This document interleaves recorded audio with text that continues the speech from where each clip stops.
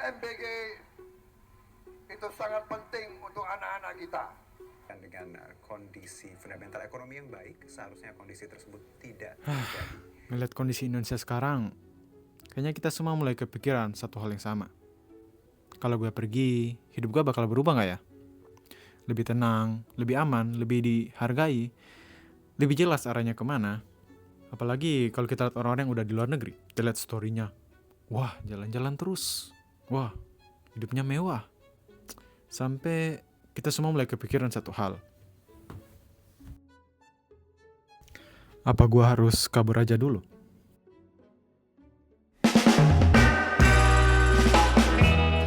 Jujur, sebelum gue kesini, gue kira hidup gue bakal langsung berubah.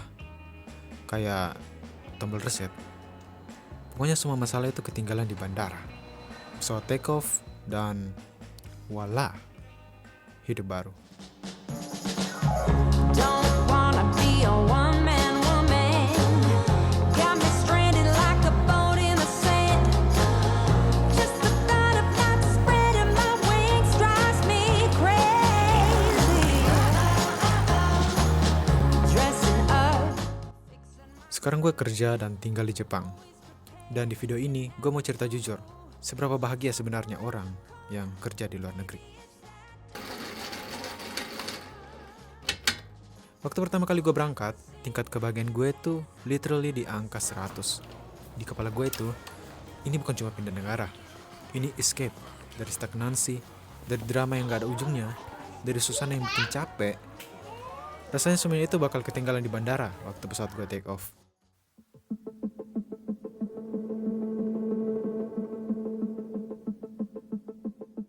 Tapi setelah beberapa bulan, bangun, kerja, pulang, makan, tidur, repeat, hal-hal yang dulu bikin kagum pelan-pelan jadi rutinitas.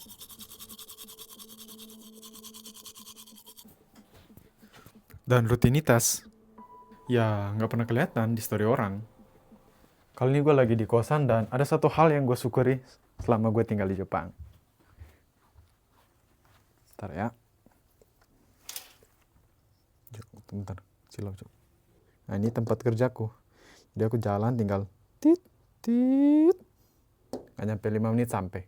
Lumayan lah, gue gak perlu capek-capek komuter tiap hari. Dan hari yang paling ditunggu-tunggu yaitu gajian. Akhirnya semua capek kita sebulan akhirnya akan terbayar. Siapa tuh anjir? I will do anything you want me to do. Hey, Mr. Director. Anything for you. I can sing, I can dance, I can sing, I can dance, I can learn to slow moves. I will do anything you ask. Tapi pas uangnya masuk, yang pertama muncul bukan rasa gue kaya. Yang muncul malah daftar. Bayar kosan, bayar makan, tagihan, asuransi, tabungan, kirim ke rumah, dana darurat. Baru setelah semua itu gue bisa mikir, ada nggak ya sisa buat gue sendiri? Banyak orang di kampung mungkin mikir, kalau kita kerja di luar negeri ya otomatis duit kita banyak dong. Sebulan bisa 30-40 juta, setahun 100-200 juta. Tapi ya itu, kelihatannya doang. Karena duitnya masuk di luar negeri, ya otomatis keluarnya juga di luar negeri. Kosan, kebutuhan, asuransi, dan sebagainya, itu nggak dibayar pakai rupiah. Jadi nggak bisa seenaknya kita serta-merta mengkonvertkan semuanya ke rupiah terus menyimpulkan, wah duitnya pasti banyak, hidupnya enak. Enak pala bapak kau. Jump out on the stage, get locked up in a cage. Director. I can sing, I can dance,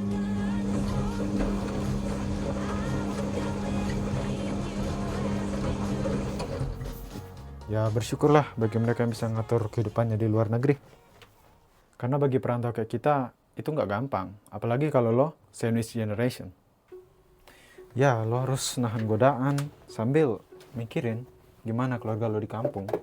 Walau gue yakin nggak 100% dari mereka itu mikirin lo. Ya kebanyakan hanya mikirin duitnya aja. Kadang bukan karena mereka nggak peduli. Ya Mereka mungkin punya beban sendiri. Tapi yang paling sering sampai ke kita itu bukan perhatian, kebutuhan.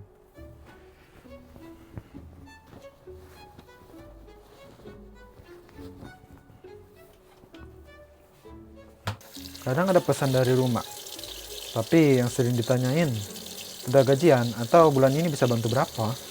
Kadang gue cuma pengen ditanyain hal yang simpel aja. Udah makan gak hari ini? Baik-baik aja nggak di sana? Capek nggak?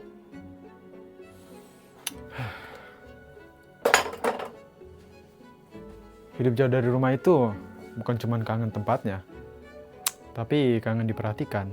Yang tulus ya, bukan transaksional. Dan gue pribadi karena gue udah menikah, hal yang paling berat dalam hidup gue adalah gue harus ninggalin istri gue.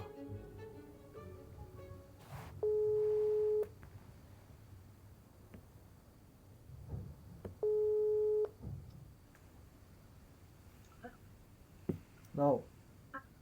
So, habis baterai, hati-hati. Iya kah?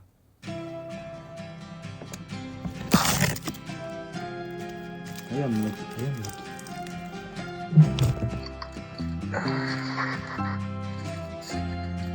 Mau bikin apa?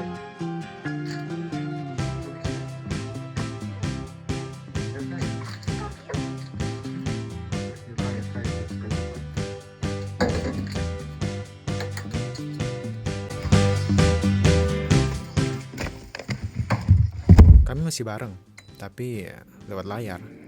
Kadang video call sambil makan, kadang dia cerita, gue juga cerita. Kadang ya nggak ada juga yang diomongin, ya cuma saling natep aja. Dan dari semua hal yang gue lakuin itu, momen yang paling bikin gue ngerasa pulang ya cuma layar kecil itu. Ngantuk ah. Setiap selesai video call, kamar balik sunyi lagi. Dan anehnya, setelah gue ngobrol sama orang yang paling gue kangenin, gue malah makin kerasa jauhnya. Di titik itu, gue sering mikir,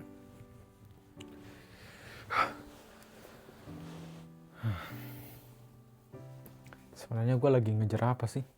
Status, uang, hidup yang lebih baik, atau gue cuma lagi berusaha ngebuktiin kalau semua pengorbanan yang gue lakuin itu mesti ada hasilnya. Kerja di luar negeri gak bakal bikin lo langsung otomatis jadi lebih bahagia. Lo cuma jadi lebih kuat. Ya mau gimana lagi, lo gak punya pilihan lain. Lo belajar masak sendiri, lo belajar hemat, belajar bilang kalau gue itu gak apa-apa, belajar nahan capek. Ya orang lain gak bakal tahu struggle-nya kita. Tapi satu hal yang mau gue bilang, gue belajar hal yang gak bakal gue dapat kalau gue cuma diam di tempat.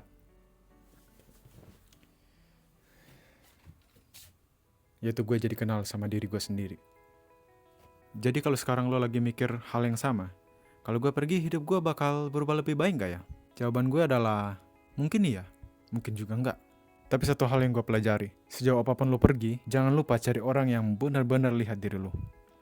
Bukan cuma lihat duit lo, status lo, tapi lihat diri lo sebagai manusia.